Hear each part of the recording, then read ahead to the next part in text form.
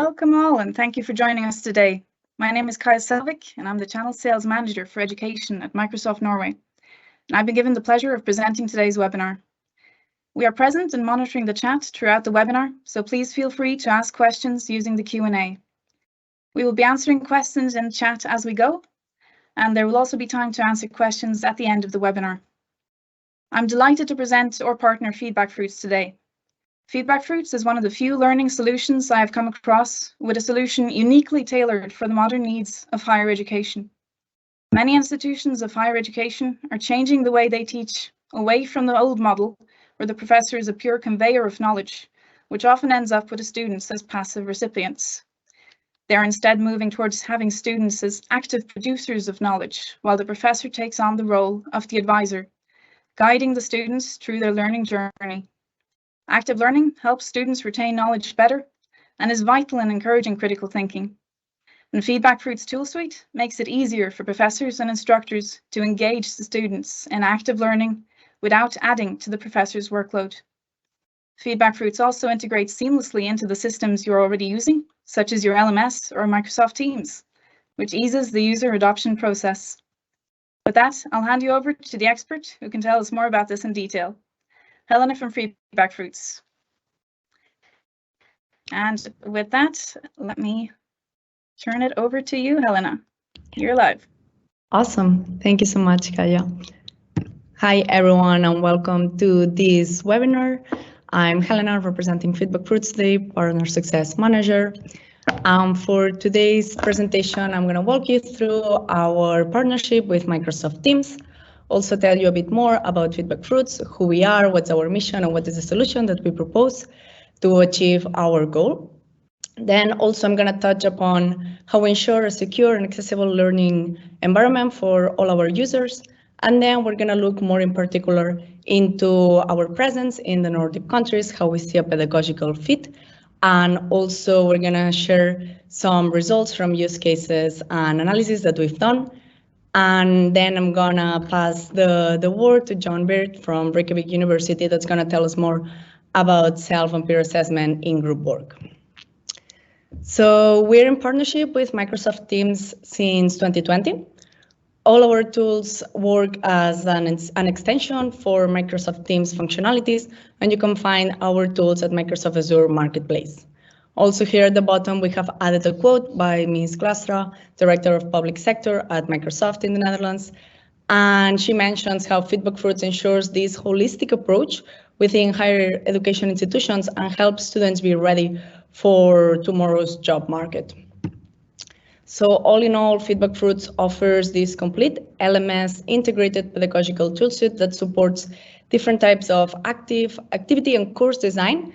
And this is all proven by increasing student engagement and as well more positive learning outcomes.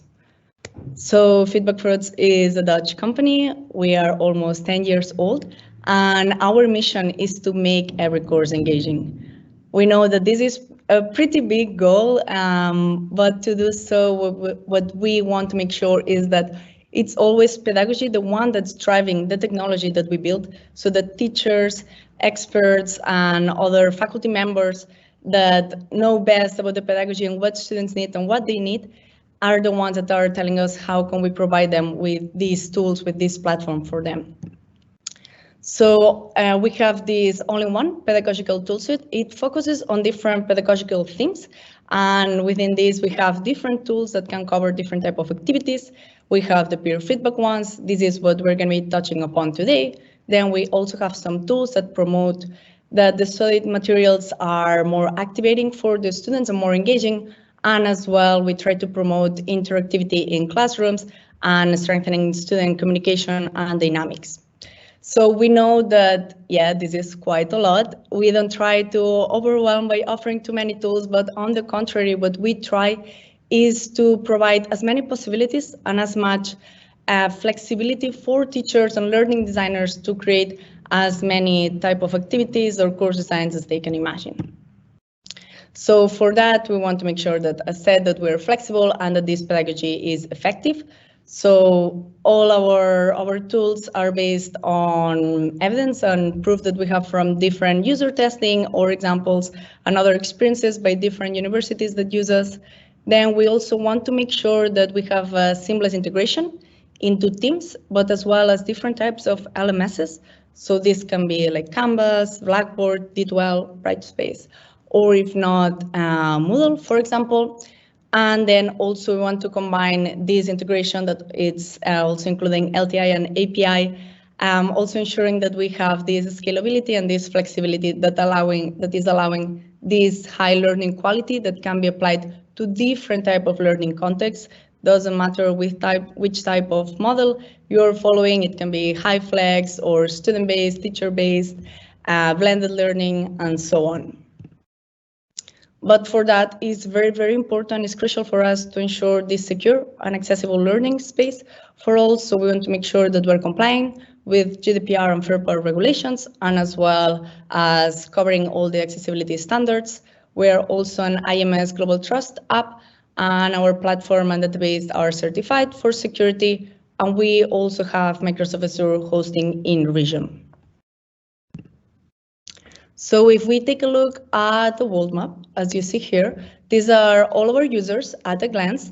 We work with more than 100 institutions divided over more than 20 countries, and all of this is possible thanks to a team that is continuously growing with more than 80 employees. And then if we take a look more precisely at the Nordic countries, we count with users, pilots, and partners in all of them. And then if we take a look at the Nordic pedagogical model, ever since the beginning of FeedbackFruits, is something that we've been looking up to, that we feel very inspired about. And really what matters to us is this type of assessment for the students' learning, not just of their learning, right? So trying to ensure that the learning activities have this formative base that is assessing their improvement, their learning, their knowledge. So not so much on that the student at the end of the semester gets a grade and the student is defined by a number, but really on how their learning has improved, how their knowledge has increased throughout the entire semester. This is also something that mirrors a type of model that we promote at FeedbackFruits, the programmatic assessment, where students are connected several times throughout the entire semester to the study materials with different type of activities that stimulate their learning. Also, something else that we really look up to is teaching free will, so that teachers have the possibility to be creative with the activities and the courses that they design, and that students can enjoy a diversity of assignments. Then also something that we see that's very, very important for our pilots and partners in the Nordic countries is the importance of group work. This is crucial, and also making sure that this peer learning is meaningful, is valuable, that students can take the best out of it, and of course taking into account that we need to optimize for scalability this type of assignments, because we know that teachers' schedule is quite tight, so making sure that these assignments can be reused in the future and shared amongst different faculty members. And of course, at the end, the main goal of higher education is basically make sure that students can develop these lifelong career-ready skills. So here we have gathered some outcomes, some results from different analyses and studies we've done with different institutions in the region. So at the top, we have some results from students. So students rank our tools for 4.6 out of 5 on average in terms of how useful they thought the tools were within their learning. Then also something that they highlighted is how much they like to be able to choose the pace of their learning. It's not going to be one size fits all. Every person is going to learn in a different way, and we want to make sure that FeedbackFruits can support individual learning as well. Then something else that they mentioned is how much the tools facilitated this collaboration between the team, and also how the course materials were way more interactive. Then some of the outcomes from the teachers that we counted in this study were that they mentioned how they felt the students were interacting even more than expected, and not just within the platform, within the assignment, but also outside the classroom as well. And this is the best outcome we could have to bring the impact not just from the assignment, but also outside of it. Then something else they mentioned is how the questions students were asking were of higher quality and how the discussions were enhanced. So all in all, the teachers mentioned how students' performance and progress over the duration of the course was enhanced. Then if we take a look at the impact on education worldwide, this is also from another analysis we've done with 7 other institutions from all the continents. Then we can see that overall 80% of students mentioned how the tools improve their collaboration and feedback skills. And also 70% of them reported being more engaged in this type of courses that were including FeedbackFruits than in the courses that did not.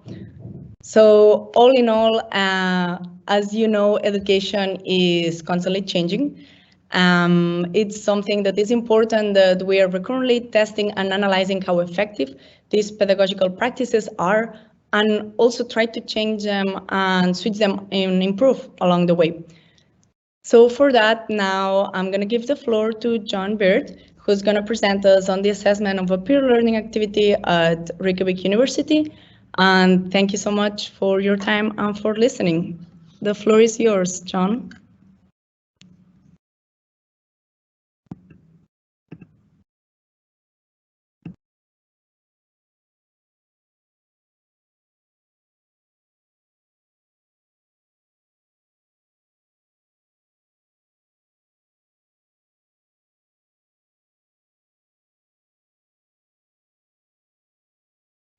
Sorry, John, I think you're on mute.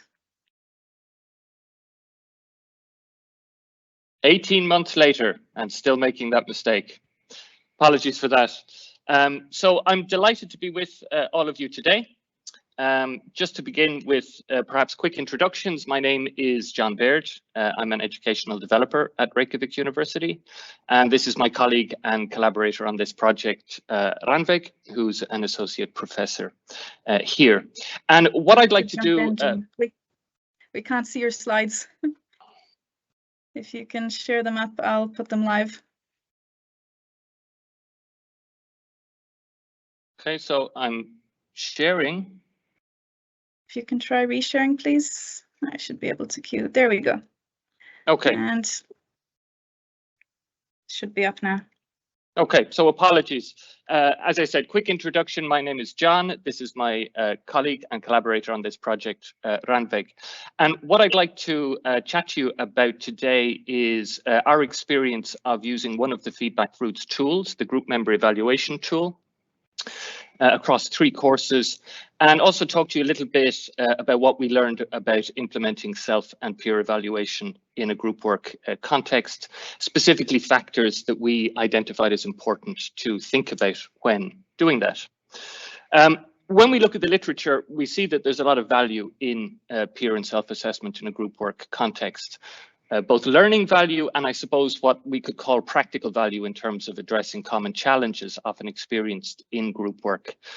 So from a learning point of view, multiple studies show that students value and very positively value the use of peer and self-assessment.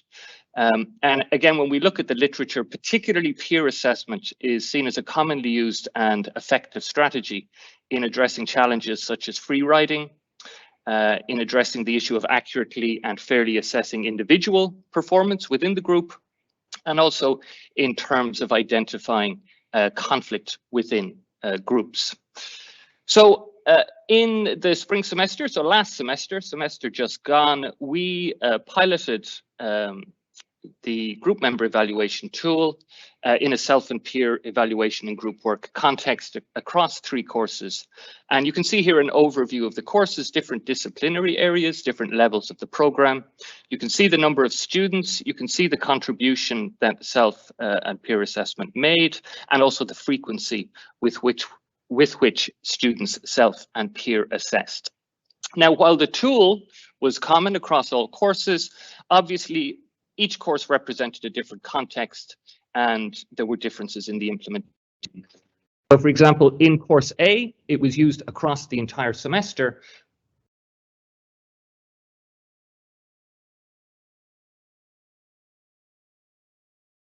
Apologies, my headphones went down on me. as I was saying, Course A, it was used across the entire semester, but it was used in the context of in-class group discussions. And so the criteria were quite limited and essentially just looked at, were you there, were you prepared, and did you participate? Course B, by contrast, it was used across the entire semester, but in the context of a semester-long group project. Criteria were much more extensive. Course C, shorter course, and it was used in the context of 4 group assignments. After each assignment, the group members evaluated each other. So I don't know how familiar people are or are not with the group member evaluation tool. What you can see here is just a screenshot of the Rubric feature, the rubric-based ratings option. Those of you familiar with rubrics, you'll see all of the classic features. We've got the criteria on the left. We have a scoring scale, in this case from 1 to 4 points, and at each point on the scale, we have a description of performance as it relates to that particular criteria. So the 3 courses that I've just described to you, they all used rubric-based assessment for the self and peer evaluation. And I'd just like to quickly sort of talk through some of the features of the tool that we used. The tool integrates with Canvas, so it syncs automatically with course groups, which is obviously extremely useful, making it an extremely efficient tool. There's a comment option, so you can require comments from students, or it can be voluntary on their part. There is a self-assessment option, which we used, but it doesn't contribute directly to the final grade, and I'll speak a little bit more about that in a second. The ratings were anonymous, so we used the anonymous rating option, but ratings can also be confidential. In other words, that the students don't see the ratings, they go directly to the teacher. One of the courses used the reflective writing option. And the tool allows for what I call process-based grading components and also people-based grading components. So the process-based components, for example, giving feedback, reading feedback, providing a minimum number of comments, you complete that component and you receive the portion of the grade available for that. The people-based component is based on the ratings that you receive from your group members. So the self-assessment option that I mentioned earlier, it sits within that give feedback component. So you complete that component, you receive the points available for it. A new feature that's been introduced after we had done this pilot, so we weren't able to use it, but the final group product grade, so whatever grade the group receives for whatever it is they produce, that can be weighted to each individual in the group based on their peer evaluation rating. Okay, so once these courses were concluded, we wanted to gather feedback from students in terms of their experience of self and peer assessment and also their experience of the group member evaluation tool. You can see the response rates there. The survey items were adapted from this paper by Naomi Elliott and Agnes Higgins. So once we closed the surveys, we had all of the data and we began visualizing it. And what you can see here are positive responses plotted for a selection of the items that were common to all 3 surveys. And we were immediately struck by 2 things. Firstly, it appeared that the implementation in Course B was more successful than the implementation in Course A and Course C. Now, that's not to say that it wasn't successful in the other courses, but if we were to look at the same items, this time I've plotted the neutral responses, we can see perhaps most markedly in terms of Course A, a lot of people sitting on the fence, so undecided.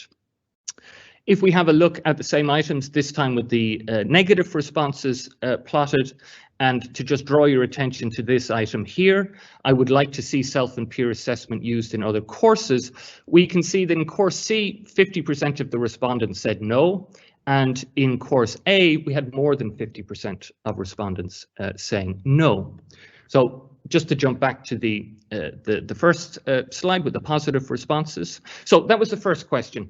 The second thing we were interested in was what relationship, if any, existed between these survey items. So, for example, if people responded positively in terms of how appropriate they thought the criteria were for evaluating their group members. What relationship or how did that correspond to, for example, their desire to use self and peer assessment in other courses? And we felt that if we could understand the relationship between items, that might help us then in terms of identifying factors to address that first question. So what we did was a factor analysis. For anyone who isn't familiar with a factor analysis, and I wasn't until Randvik explained it to me, the basic idea is that for any collection of observed variables, so in this case the items in our survey, there is a smaller set of underlying unobserved variables that we call factors, and that these factors can explain the interrelationships that we're seeing between and among the observed variables, our survey items. So what we did was we pooled all of the data from the 3 course surveys. It overlapped to a large extent, but not completely, and we removed one item because it didn't relate well to the other items. And it turned out that actually our data set was a good candidate for factor analysis for 2 reasons. One, we saw good reliability, which is represented by the alpha score in the red box. And what this meant was that the factors that that the items that formed a factor were showing a strong interrelationship. Secondly, in the green box, we had good factor loadings, which meant that those items that formed a factor were related to the factor. So we identified 5 distinct factors. The first one we called perceived learning value. So I should explain here that the factor analysis allowed us to see which items formed the factor and also allowed us to see that those items related to the factor. The naming of the factor was up to us, and we based that on the items that formed that factor. So when we looked at these items, to us, they spoke to a factor that we called perceived learning value. And this factor has a number of dimensions, as you can see. Firstly, that feedback received through the peer evaluation helped me as an individual student to see my strengths, and it helped me to improve my performance. Secondly, the item related to the evaluation aligning well with course outcomes. And thirdly, the 2 items related to whether or not I would like to do evaluation like this in other courses, so whether or not I would like to see self-evaluation and see peer evaluation used in future courses, both formed part of this factor. And that's a point that I'll come back to in a couple of moments. So that was the first factor, perceived learning value. The second factor, previous experience. This was pretty straightforward. How much experience had you had of self and peer evaluation in other courses? The third factor we identified was motivation. Dimensions of this factor were that the peer evaluation encouraged me, and it also encouraged my group members to be more active in the group and to do better, to try and do better in the group. Also forming this factor was the item related to students, or I shouldn't say students, group members being the people best placed to evaluate the performance of other people within that group. The fourth factor was practical aspects. And so the dimensions of this were satisfaction with instructions, understanding the self and peer evaluation process, experience with the FeedbackFruits group member evaluation tool, and also the suitability of the assessment criteria, so the suitability of the rubric for evaluating group work. And finally, the fifth factor we call perception of fairness, and the dimensions of this were that the peer evaluation ensured that those who participated least got the lowest grade, ensured that my contribution to the group was valued, that the work was evenly distributed, and so on. So we identified those factors and then we did a correlation analysis. So the number in each cell is the OR number, and that shows us how strong the relationship is between the 2 variables. So 0 to 0.3 shows a weak relationship, 0.3 to 0.6 shows a medium-sized or medium-strength relationship, and 0.6 to 1 shows a strong relationship. The p-value is denoted by the 2 asterisk symbols, and that basically confirms for us that the variables are related. So for practical purposes, it tells us that it's highly unlikely we would have seen these relationships if they actually didn't exist in the data. So what does that tell us? Well, it tells us that as perceived learning value increases, so does motivation, so does satisfaction with the practical aspects, and so do perceptions of fairness. It tells us that satisfaction with the practical aspects also relates to greater motivation and greater perception of fairness. And finally, it tells us that greater perceptions of fairness relate to greater motivation. Interestingly, previous experience didn't relate to the other factors. So, a couple of discussion points that came out of this for us, and I'll just start with that point I've mentioned, that we didn't see previous experience relating to the other factors. This was interesting. When you look at the literature, this issue of prior experience or lack of training is often identified by students as a concern or as a challenge when it comes to self and peer assessment.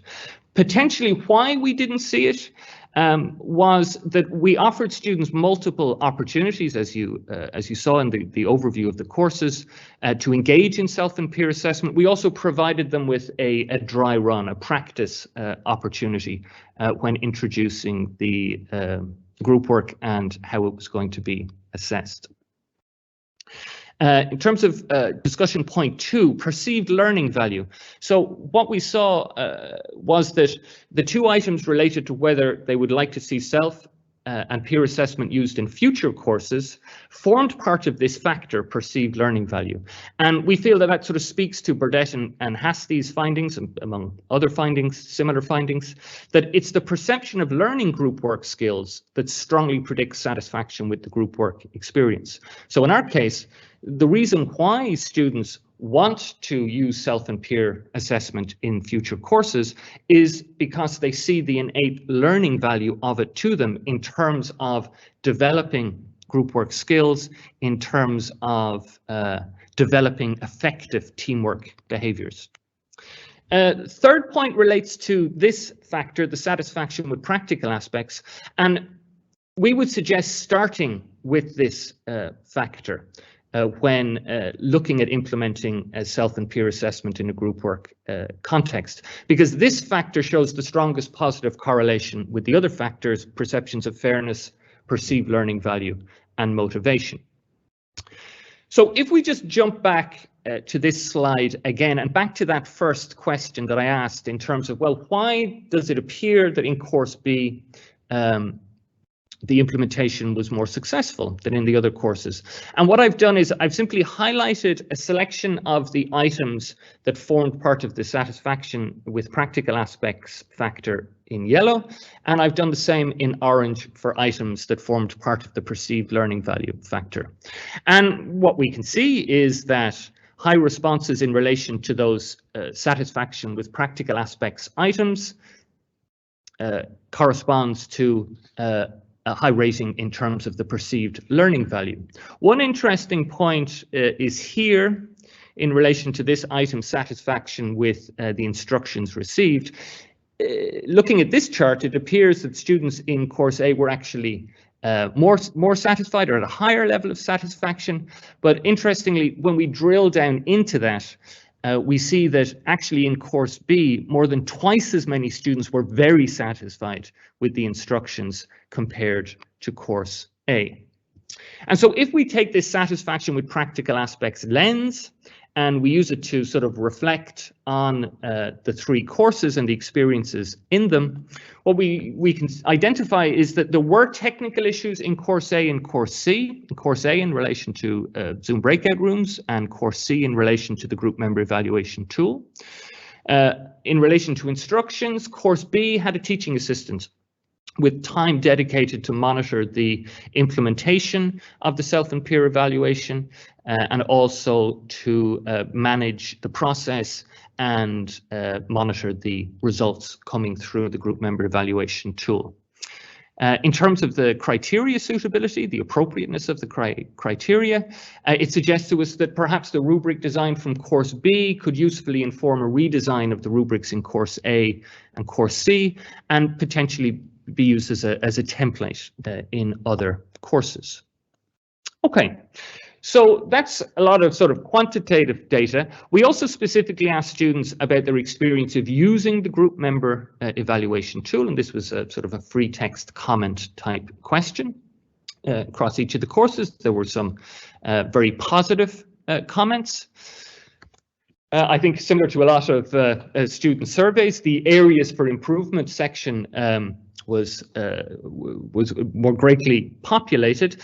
I'm not going to go through this in detail. I've just sort of included it in the slide for reference purposes. These issues related almost exclusively to technical considerations. We also gathered feedback from from the instructors on 2 of the 3 courses. And I'd like to take a couple of minutes just to share that with you. So from course A, the instructors saw the self and peer evaluation and the group member evaluation tool adding a lot of benefit. And you can see that they make the point that they wanted to have group member evaluation because they really wanted students to come prepared to class, and that using the group member evaluation tool really made that possible, as it just wasn't feasible for the teacher to sort of follow all groups. And as this was contributing to a final grade, they felt it was absolutely necessary to have a tool like this in order to make that feasible. They didn't give it a 5 because they felt that the user interface was a little bit complicated. They felt that it contributed to an increase in engagement, and again, made the point that, you know, previously you would encourage students to come prepared, you would explain how important it was, but now there was actually a way of documenting it, and therefore that made the point a lot clearer. In terms of setup, it was done by me, quite straightforward, and then it's possible to simply just copy a previous evaluation, and that's what we did for the 2nd, 3rd, 4th, 5th evaluation. This teacher would definitely use it in the future, with perhaps some changes around grading, and felt that having it in place really sort of formalized that need to participate and by extension be prepared. A 4 in terms of the overall experience. Areas for improvement, again, that the interface seemed complicated initially, that this teacher didn't have a student-facing experience, and that they required support in terms of setting it up. What they liked most about it was it formalized the process around preparing for class and then participating in class, and it made the grading contribution to the group feasible. You can see they would highly recommend it. And a couple of very nice, very interesting comments when the teacher sort of reflected on this overall was questions it raised for them in terms of, well, how to help students better understand what we're doing and why we're doing it that way. How can we better help students to realize the worth and the value in what they're doing? On reflection, they felt that more regular check-ins were needed with students regarding the process. And because this course was co-taught, they emphasized how important coordination between teachers was. So that was course A. In terms of course B, again, we can see overall this instructor had a very positive experience of the group member evaluation tool. They found it really useful in terms of spotting group dynamics issues. They thought it was a very clear process once it had been explained properly.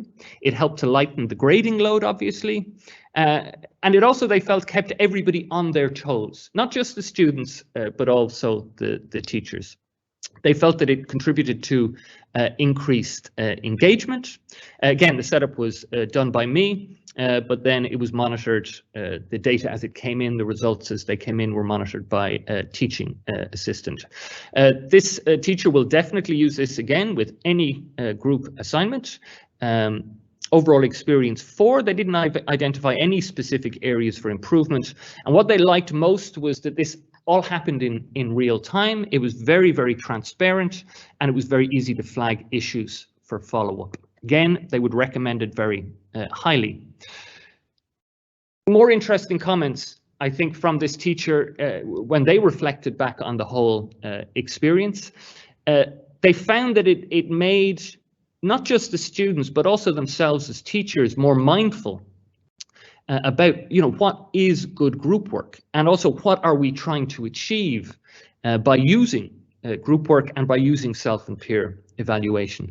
And that this resulted in a more thoughtful approach to the group work and really got students thinking about how to work in a group, what type of behavior is effective in a group work context. They did feel that the next time they deliver this course or implement self and peer evaluation in a group work context, that they'd like to be a little bit clearer in the syllabus about the process approach to the group member evaluation. Okay, this is my final slide. Really just sort of a couple of takeaways based on our experience and what I've presented to you. So as I've mentioned, we identified this factor in terms of practical issues, practical aspects is very important. So definitely pay attention to that in terms of, what the task design itself, very importantly, does it actually, require or promote collaboration and teamwork? Paying attention to the how, the evaluation process and any tools that are involved. The when in terms of deadlines. The who in terms of roles and responsibilities. So the teacher, the TAs, and the students within their groups, and then the why in terms of the value to students of self and peer evaluation and of engaging in those processes, and obviously linking that with outcomes for the course.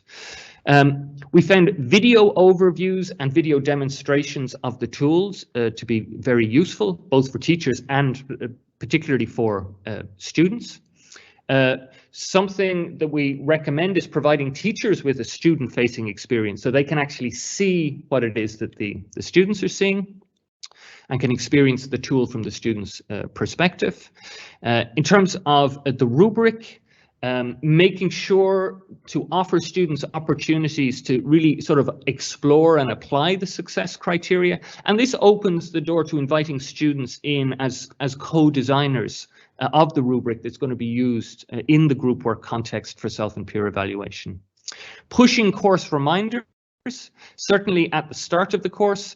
We use Canvas as our LMS, and the FeedbackFruits tool group member evaluation. It integrates beautifully with Canvas, and when you set deadlines in the tool, they appear in the student's course calendar in Canvas. But we feel useful, certainly in the initial stages, to perhaps push reminders around that, reminding students of what is due when and also where they can find detail on these deadlines. Impose hard deadlines, avoid extending deadlines. Within the tool, that was one of the technical issues that we ran into because it creates a nasty domino effect within the groups in terms of completion. Offer opportunities to practice using the technology. Offer the students useful technical tips. So for example, don't use your mobile phone to complete the evaluation. The tool is designed to be used on a laptop or desktop. Letting students know that they can link directly to the evaluation from the Canvas calendar event. These types of tips. Closely monitor the data coming in, both the ratings and the comments. You can do that in the tool, or you can download all of the data in a spreadsheet format. And also regularly check in with the students, get feedback from them in terms of the experience and how it is working for them. So that's everything from me. I'm just going to stop sharing my screen, and thank you very much for the opportunity to chat with you today.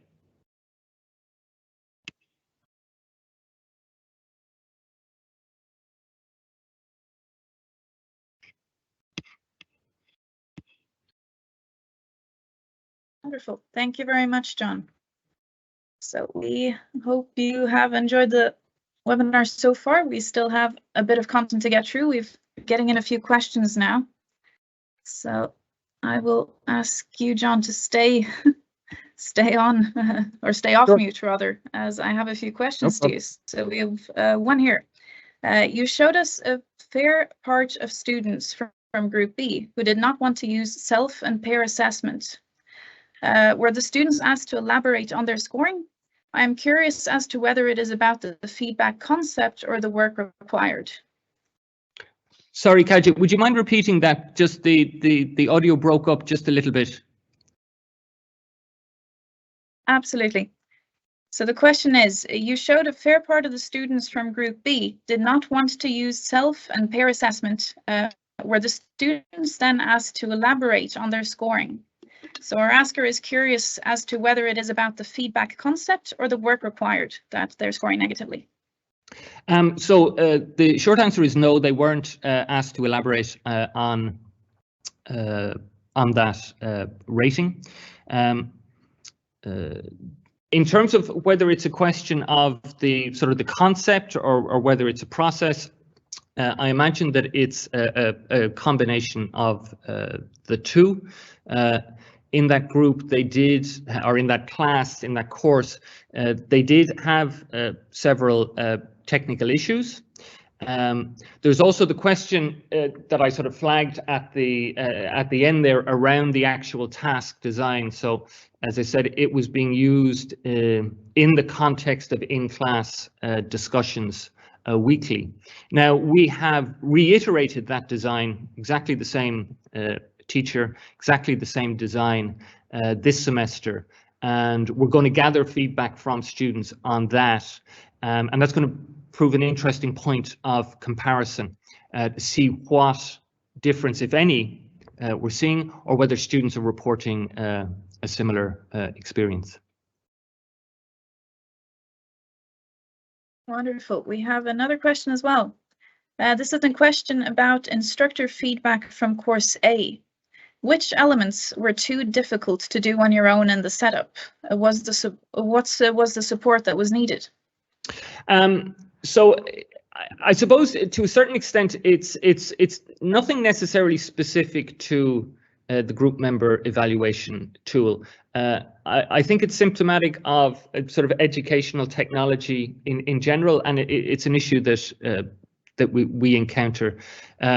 Where there is a particular tool that teachers would like to use, but it can often seem quite overwhelming to have to sit down and learn how to use a new piece of technology to do something in the context of the course, on top of the LMS, on top of Zoom, on top of Teams, and so on and so forth.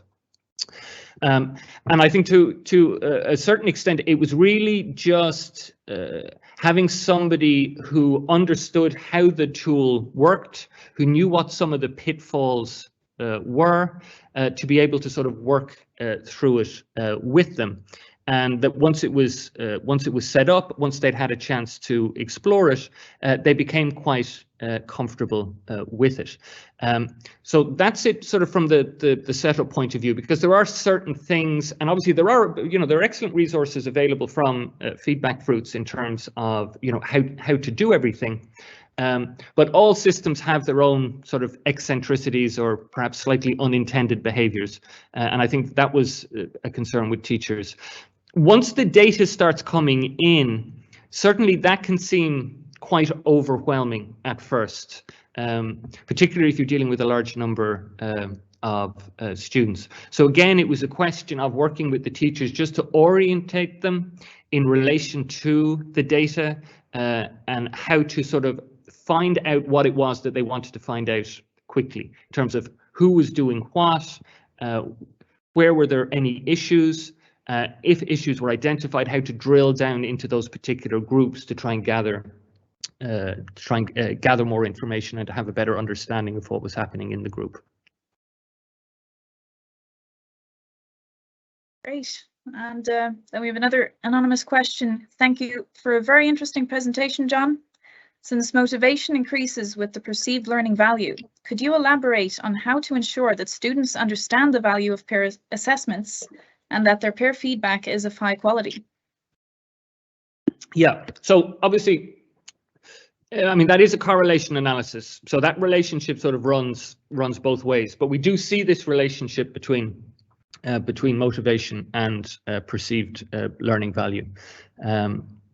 And I imagine that each is sort of impacting to a certain extent on the other. This is a very sort of integrated, multifaceted, multidimensional process, as is education anyway.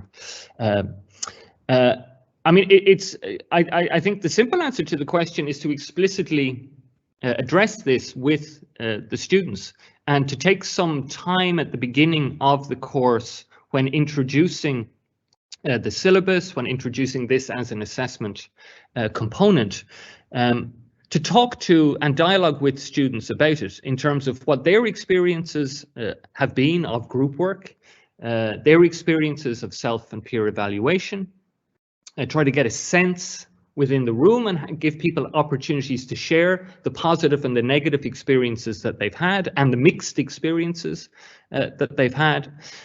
And then to sort of step into the literature a little bit to be able to share with people what we know about the value of self and peer evaluation, the impact that it has on students' learning, the usefulness of it, particularly peer evaluation, in terms of addressing those common challenges that I mentioned earlier. And I imagine you have a conversation with people about their group work experience and you ask them about the negative experiences. Those are issues that come through loud and clear in those types of conversations.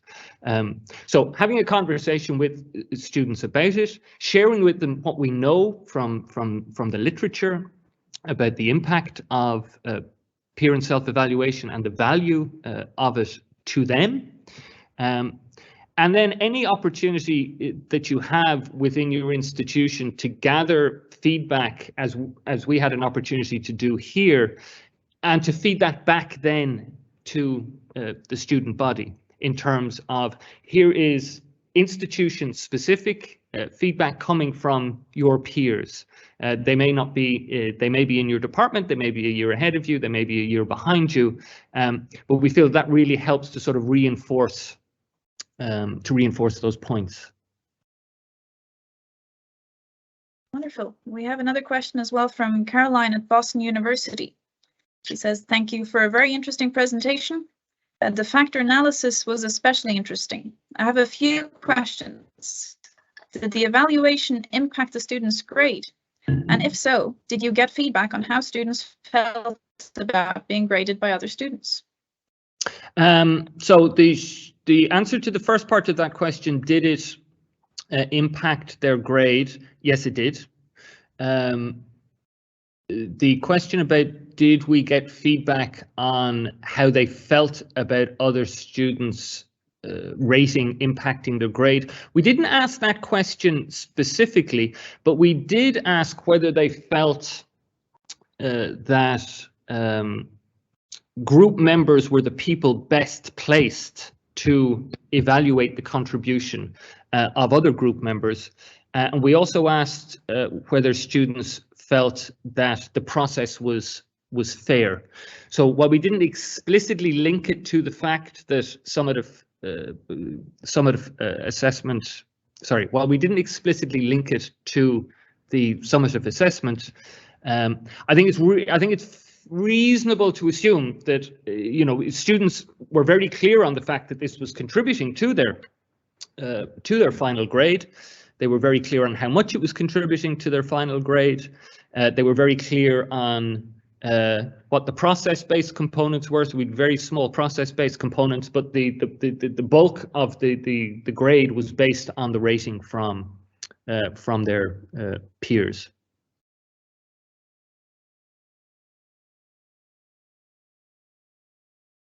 Great. That's all the questions we have for now. So if there are any more questions, we're still available for another 10 minutes. So please feel free to post them in the chat. We will be monitoring. Otherwise, unless there's any last comments you want to make, John or Helena. No, then I think we'll say thank you very much for attending and for being with us today. And thank you to John for presenting and for answering all the questions. My pleasure. We're still here in chat, so if there is anything, you still have a few minutes left to squeeze in a last question.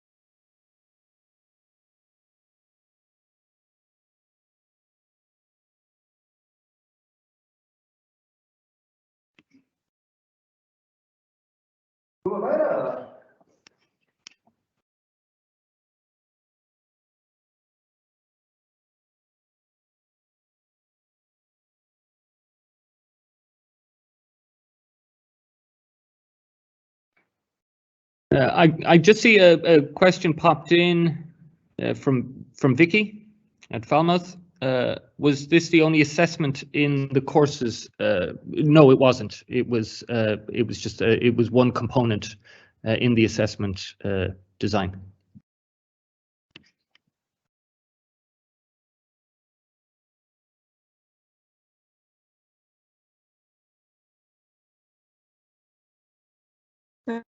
Here's another question. Do you have suggestions on resources to learn more about factor analysis? That's a great question. You know, as I explained, I wasn't familiar with factor analysis until Ranveig explained the concept to me, and once she'd explained it to me, I thought, wow, this is fantastic. So I'm afraid I don't. I could certainly ask her to provide some, but I think your best bet is to approach anybody in your institution who teaches statistics, and I think they'd be really well placed to help you. The reason why you'd be waiting to get a reply from Ranveig, she's on maternity leave until June, so I'm certainly not going to be sending her emails. But yes, approach anybody within your institution who teaches statistics or is familiar with statistics, and they will be able to guide you on that.